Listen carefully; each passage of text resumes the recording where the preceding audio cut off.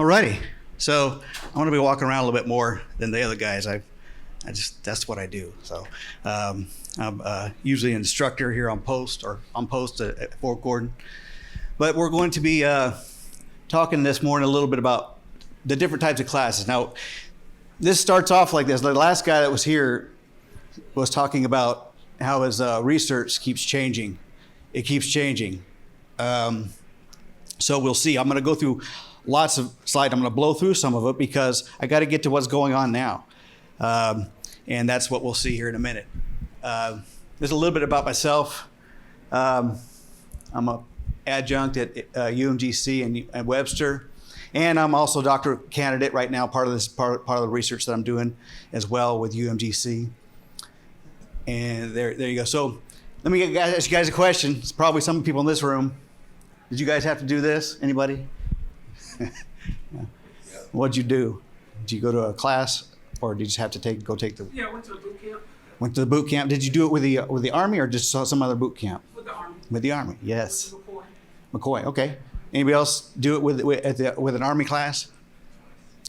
Twice. Twice. The original, and then had to go back. Oh. You got some CE from it. Yeah. So you've been there, and that's kind of what we're talking about here. Is these classes that you had to go take to get qualified for your role or whatever you had to do. Yeah. I had to do the same dumb thing. I was in Korea as a W1 and they put me in the class. Oh man, and I had to pass it. They made, to be able to touch CIPR, you had to get this Security Plus. So that's what I was working on. And then I also was forced to take CISSP. Todd Boudreau is a very popular name here in this area. He made us take it in an advanced course. He made us take CISSP. He made us sit for the exam. So I studied, sat for that thing. Passed the dumb thing. I couldn't believe it. I was like, you got to be kidding me. So I passed the thing. So it was great. And I didn't think I'd ever use it again. But then I took a job teaching CISSP when I retired. So I've been teaching that for a little while. And you'll see a little bit about that here in a minute. And it's been transitioning from 8570, which you guys might have heard of, or 8140, just the names for where you have to go get these certs to have your job. Okay, so you guys know a little bit about this. 8570 is a little more general than 8140.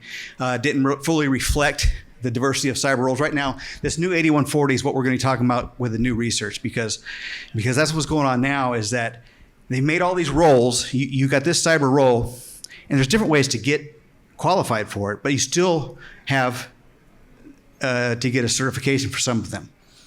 Okay, so they changed over to these roles, a bunch of different roles to get there. Okay. There still has certification pathways for qualification. Yeah. This is just something that's been happening lately. This is what we're going to get to.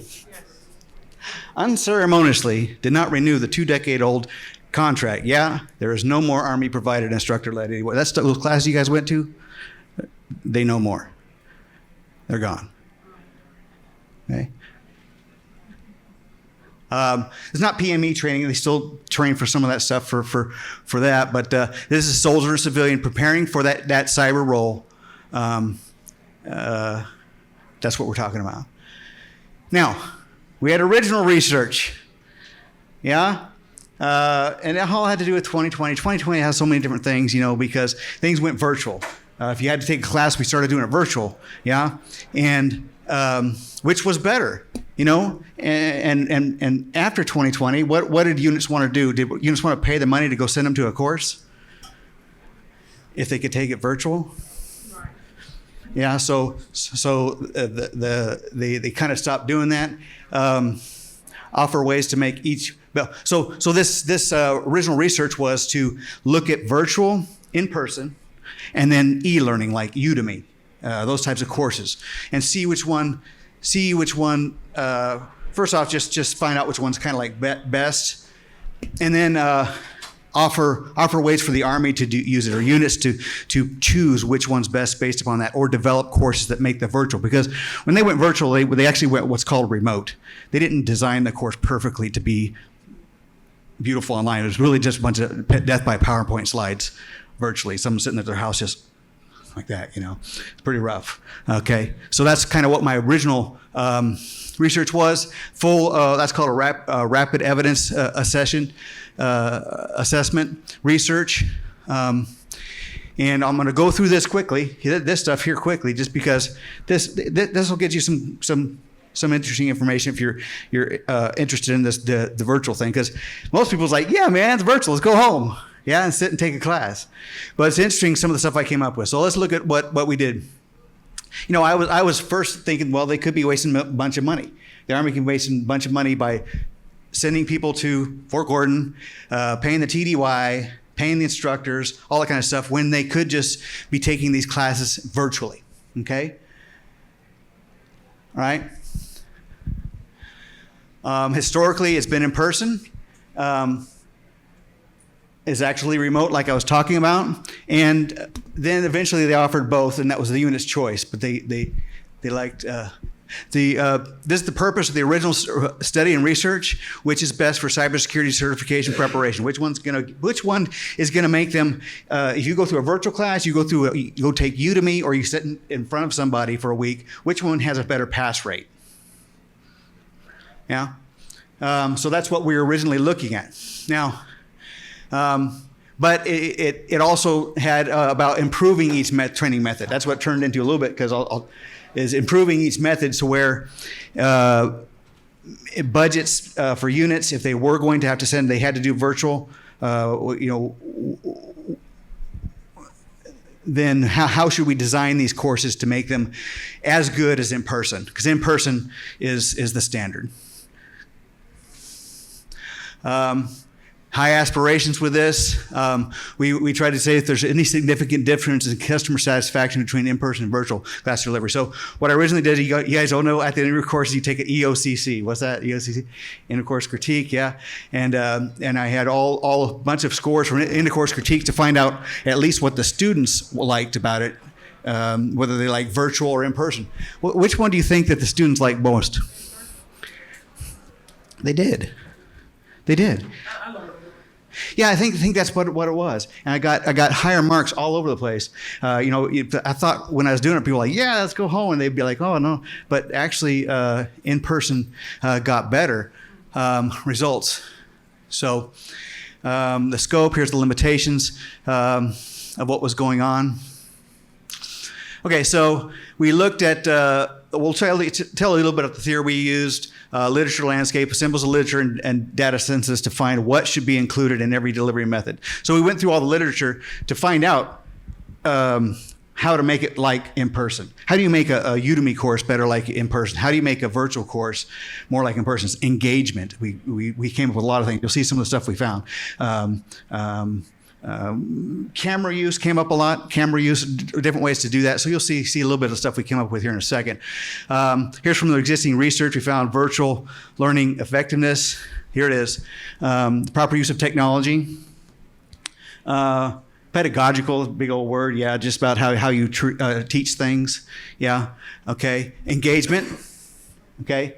Modularity and self-paced, that's more like Udemy, is that you can go at your own pace instead of going through a week course like that. Okay, some problems with it: techno stress, the overuse of cameras, isolation sometimes if you're sitting at home. Yeah, so you need that engagement. And then self-paced actually came out as good. It's a good thing for a lot of people to be able to take their time and think about it as well. Okay. Here's some of the theory that it was, and this is actually the conceptual framework, and it's called cognitive load. Basically, you can only remember so much at a time. Yeah, that's what cognitive load is. Okay, so we want to minimize those distractions. I was thinking at home, you got all the distractions, the dog and all this kind of stuff. Yeah, want to minimize those distractions so you can use your brain to retain your knowledge, pass the cert. Yeah, that kind of thing. Okay. Intrinsic just has to do with the material itself, and this is how you arrange it, like quizzes and stuff like that. Okay, so the idea here is as cognitive load increases, you get a bunch of distractions. You want to minimize the extraneous load so you have knowledge retention, and optimize intrinsic and maximize germane load. Okay, that's the idea. lower cognitive load to enhance memory retention. That's what we're talking about. Now here's it just applied to the Army classes. In-person training is an interactive, engaging multimedia. You're prepared for certification, and virtual training, you need to minimize that cognitive load. Okay, reduce extraneous cognitive load, improves retention. Intrinsic design helps with distractions, and germane is just how you set it all up. Okay.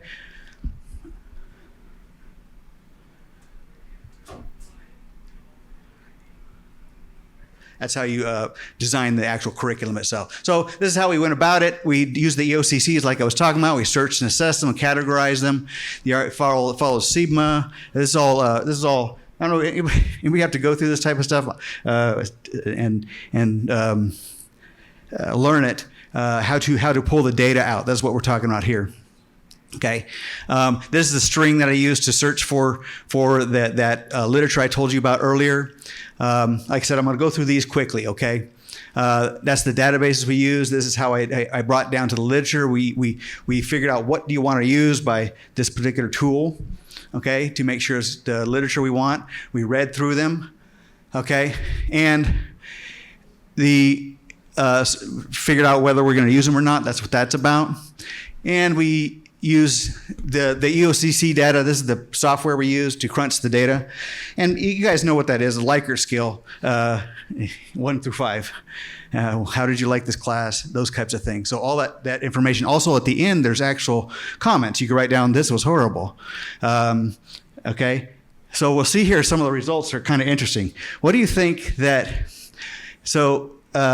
positive or negative? What do you think got more positive scores so far as on those comments? So you write little comments in EOCC, virtual or in person? What do you think? Was that? You think more positive? You'll see in a minute that it's weird, but actually they got more negative. Now, there's some reasons for that. Anybody been in Cobb Hall in Fort Gordon? There's a sign when you walk in, it's a yellow sign. What are the yellow signs on Fort Gordon? Asbestos. They didn't like the asbestos, and the network keeps going down and all this kind of stuff. So I got on negative comments. So I actually got negative on in person, which was weird. You'll see those in a minute. That's just the data set. Here's all the literature we used. Here's some things to decrease cognitive load and increase. And what increases cognitive load? It's bad things. We've already seen some of those, but that's just put in graphic form. Okay.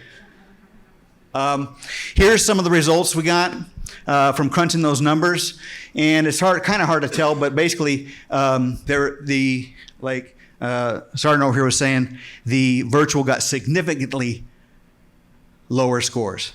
What that means is it wasn't just by chance. So there's a significant difference between virtual and in person. Okay, and there it is. There's that graph I was talking about. Is that virtual sentiment was actually this is for the EOCC ratings. For EOCC ratings, the in-person got better. That was overall better on 11 out of 14 categories. But in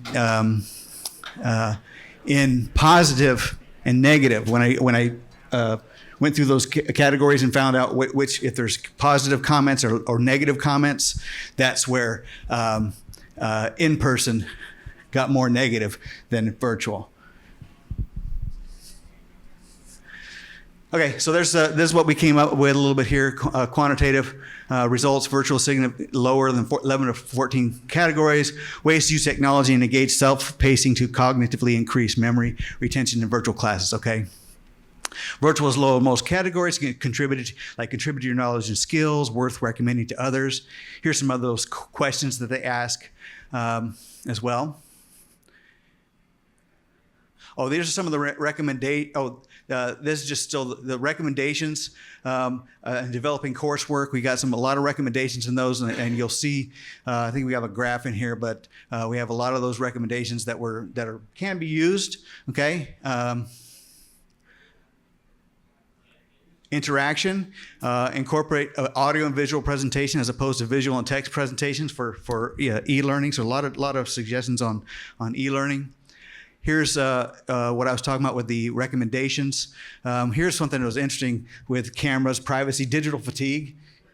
You guys remember getting just sick of being on a camera?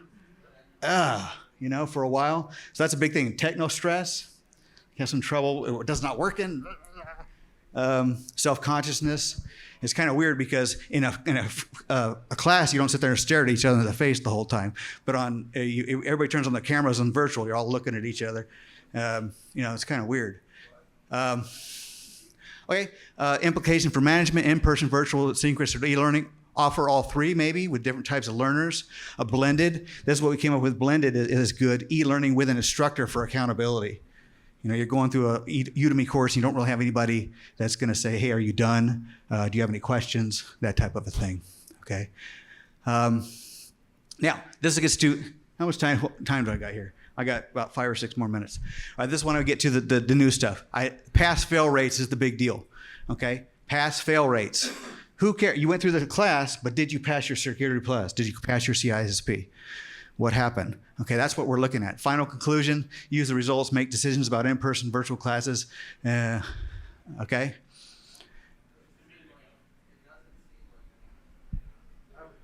Go ahead. I see you looked at or through the pedagogical lens forming your study. Yeah. I think looking at your results or conclusions, it speaks highly of andragogical approach. I think the adult learning theory, and I think if you look through that lens, you might have different results that could help you moving forward. You're right. However, things changed, and we've switched our focus completely from the pedagogical and learning focus to unit management because they just took all that away. It's all gone. Those classes are gone. Now you're sitting in your unit, hey, go find a book. Yeah? That's what are units doing? Okay? There's no in-person training, no virtual training, no prescribed online training. Okay? Exploring the difference between, now we're exploring the difference between centralized, what we used to have, and decentralized, up to the unit, up to the student, no Army provided training. Before you had all this. Yeah, you got a question? Yeah, no, well, so I just wanted to double tap, right, what he was saying here. When you're looking at the andragogical portion of this, right, you're trying to examine whether or not that adult is, like, what type of learner that they are, right? And this is really what I want to get at, right? Mm-hmm. Are they a holistic learner? Are they an elemental learner? And I think that would directly tie into, one, what their responses would be on the assessment, and then two, because you mentioned the pass-fail rate, right? And so if I'm a person that is an elemental learner, then maybe one particular modality may not work for me, and therefore my outcome or my pass-fail rate might be different comparative to another student. And that's why part of the recommendations were offer all three. Offer all three. If someone is better going to in-person class, you like going in person, have that option to send students to. Have e-learn maybe self-paced if they're that type of learner. That they can't cram to a 1 week course, or virtual. Maybe the virtual is better for them for whatever reason.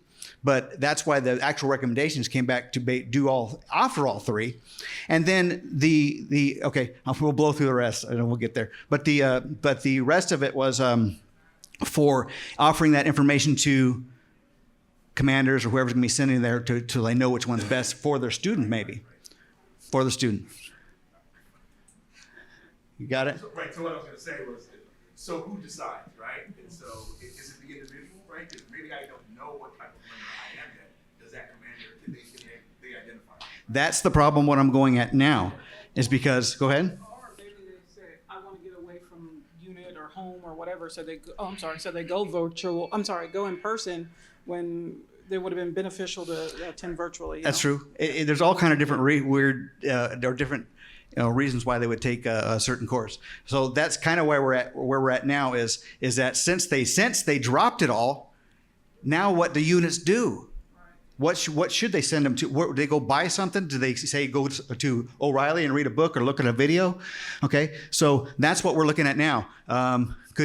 There's the questions we have. If you have Security Plus, does that mean you're prepared for a cyber role? Could you use or train cybersecurity affect your job performance? Okay, these are the things we're looking at now. What if you took a prep class? It was Army prepared. There's the centralized. Yeah. Might be better than reading a book or watching a generic video and a prep video or doing nothing. Yeah. So now we're looking at this. Centralized could be better for many reasons. It's customized. It's instructor-led. Take class with your peers. Yeah. Reduce certification retakes, reinforcing the operational value of standardized instructional take. So in other words, you take the class and you get a voucher, don't you? Sometimes you pass, sometimes you don't. Oh. So I got to get you another voucher. Okay, there's the different modalities: centralized, standard across installations, oversight by the CIO G6. This is just talking what that centralized is. This is what has been. In February 2025, it's gone.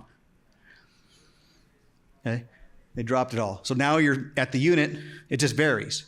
They might have a great training program. Don't know. Some units may impose practice tests, prerequisites, do all kinds of different things.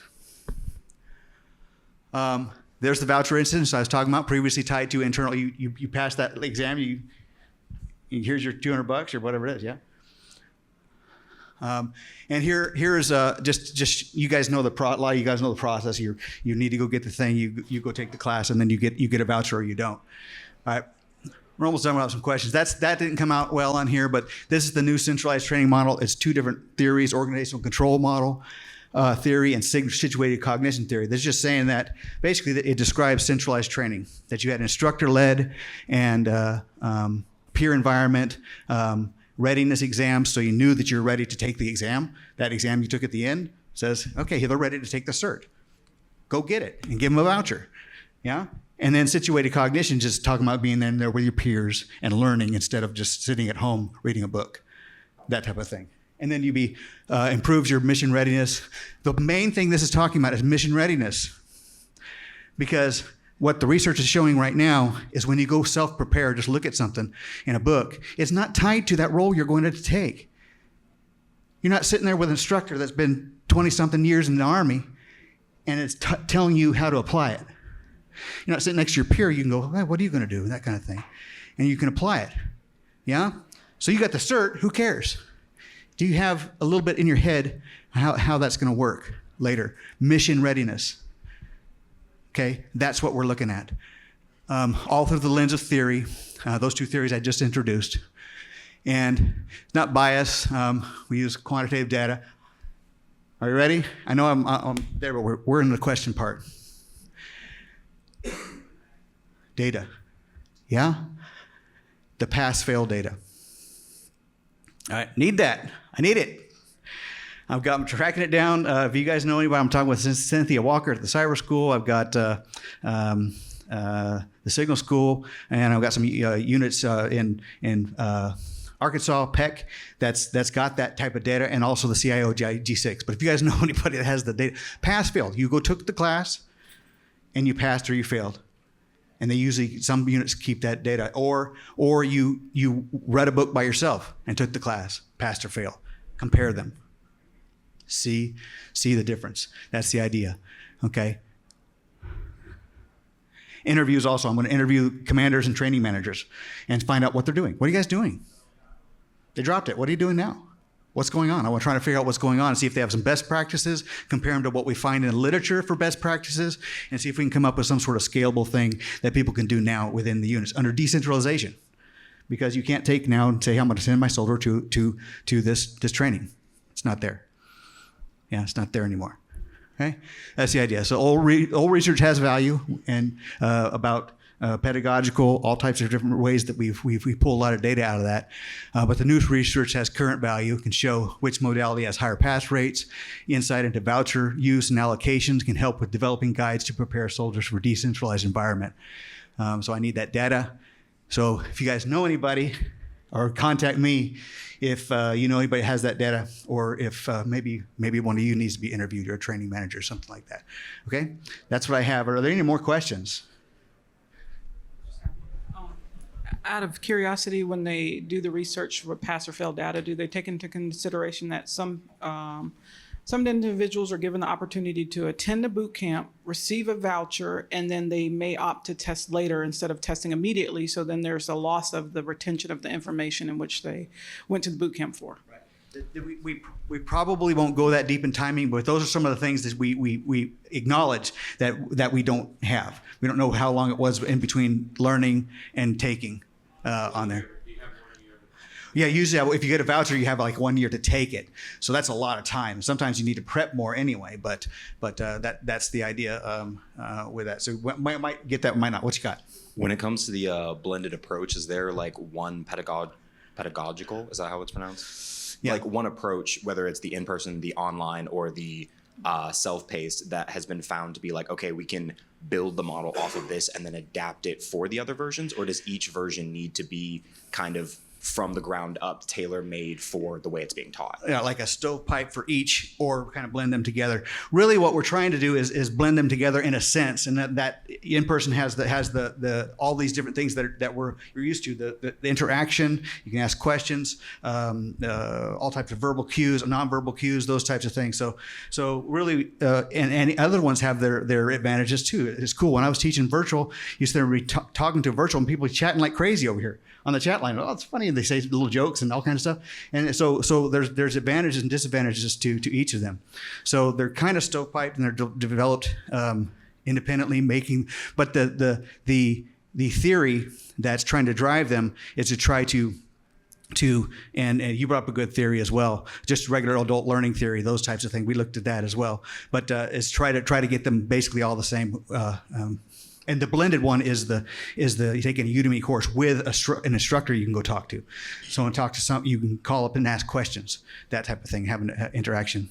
So basically, it's like taking the idea, like you will take these learning points and adapting that like end goal based off the model you're trying to teach with. Basically, because that's the idea is first with that rapid evidence assessment was to find out what is good about all of them, and then kind of like what you're saying, yeah, and then give suggestions to bring the lower ones up to standard. If they didn't have enough interaction, they need more interaction, then you can actually go ahead and use that course, and it will be good to retain knowledge and get that cert. So that's the basic idea. Sir? You know, I started out as the in-person class, and I was the evangelist. Unfortunately, I found that they were just trying to get you ready for an exam. Mm-hmm. Now, I'm a CISSP, Security Plus, Pen Test Plus, ISO 27000 lead auditor. Do you want to learn the material and be an effective cybersecurity professional? Do it yourself. You got plenty of YouTube videos. There's a ACI Learning down here in Gainesville. Stop and learn the material instead of just passing an exam. That's exactly what we're kind of getting at with this, is that we don't want to be a paper tiger, yeah. We all know what that term means. You got a cert, but you have no clue what you just did for that matter, or applying it to your role. Applying it to your role can be done by talking with people, or the instructor might apply it to the role. So that's what can be good about it. But it could be just as generic as you're saying. But yeah, definitely you need to go find it. Especially when they get to cryptography modules, yeah. You want to move through that section very quickly. Yeah. You need to stop. You need to learn. You need to understand, how this is done. Yeah. And that's where you really. Yeah, you're right. You're right. There's so much. Well, CISP is so deep. You can go deep on everything and stay there. Moving right through that. Stay there. You need to know. True. Kind of in that vein, given that, like, especially, from our adolescence, like in school being primarily in person, given a few changes in recent times, has there been anything that's gone into looking at like people who primarily came from one learning style, learning how to adapt to other learning styles as well? Or is it primarily looking at, like, given your background and what you're already predisposed to? A lot of the data that I was looking at, well, again, I was originally looking at the research from 2019 to 2024, 3, whatever it was. In other words, how do people react to going online, for instance, done 2020? Because they're used to going in person, and then they had to adapt. So yeah, we looked at that literature as well. Yeah. How do they adapt to the different versions? Any other comments or questions? Thank you very much, you guys. I really appreciate it.